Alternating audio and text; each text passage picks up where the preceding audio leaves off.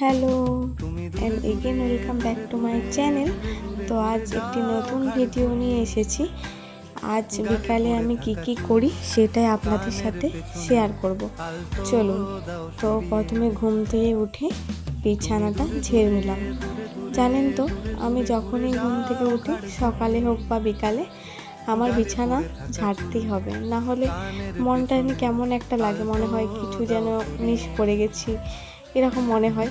তো যাই হোক, তারপর চুলটা আঁচড়ে দিলাম। যা গরম পড়েছে কিছু বলার নেই।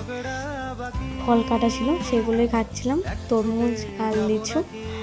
ছোটো থেকে আমাকে তরমুজ খেতে ভীষণ ভালো লাগে। আমার বাবা যখন বাড়ি আসতো বিয়ের আগে, তখন আমার জন্য তরমুজ নিয়ে আসতো, আমি খেতে ভালোবাসতাম বলে।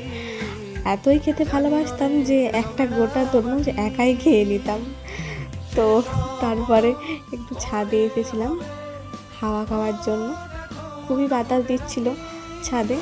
তারপরে আমার শাশুড়ি মা একটু সিঙ্গারা নিয়ে এসেছিল আমার জন্য, সেটাই খেয়ে নিলাম। তো আজকের ভিডিওটা এখানেই শেষ করছি। দেখা হচ্ছে অন্য কোনো ভিডিওতে। ততক্ষণ সুস্থ থাকবেন, ভালো থাকবেন।